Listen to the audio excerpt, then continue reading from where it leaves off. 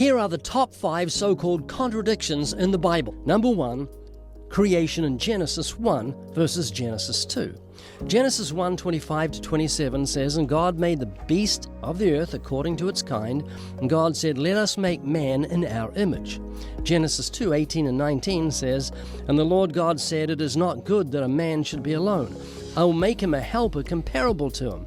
Out of the ground the Lord God formed every beast of the field."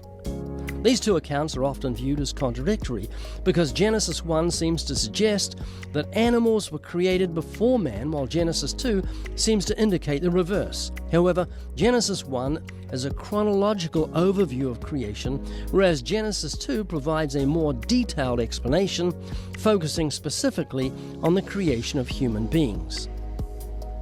Number 2, God's temptation of Abraham. Genesis 22:1 says, "Now it came to pass after these things that God tested Abraham."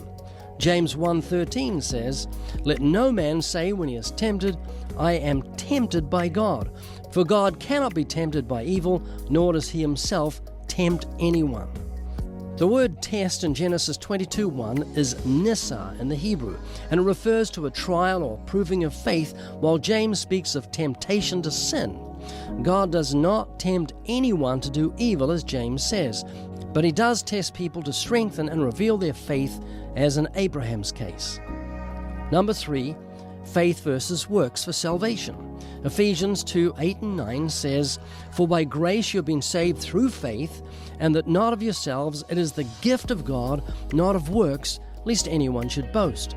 James 2:24 says, "You see then that a man is justified by works and not by faith only."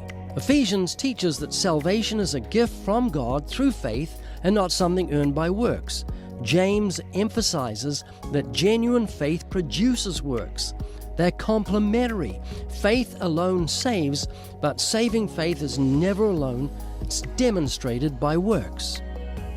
Number 4, the death of Judas. Matthew 27:5 says, "Then he threw down the pieces of silver in the temple and departed and went and hanged himself." Acts 1:18 says, "Now this man purchased a field with wages of iniquity, and falling headlong, he burst open in the middle, and all his entrails gushed out." These are complementary accounts.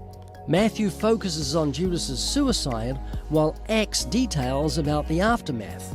It's possible Judas hanged himself, and in time his decomposed body fell. The two descriptions reflect different aspects of the same event and are not a contradiction.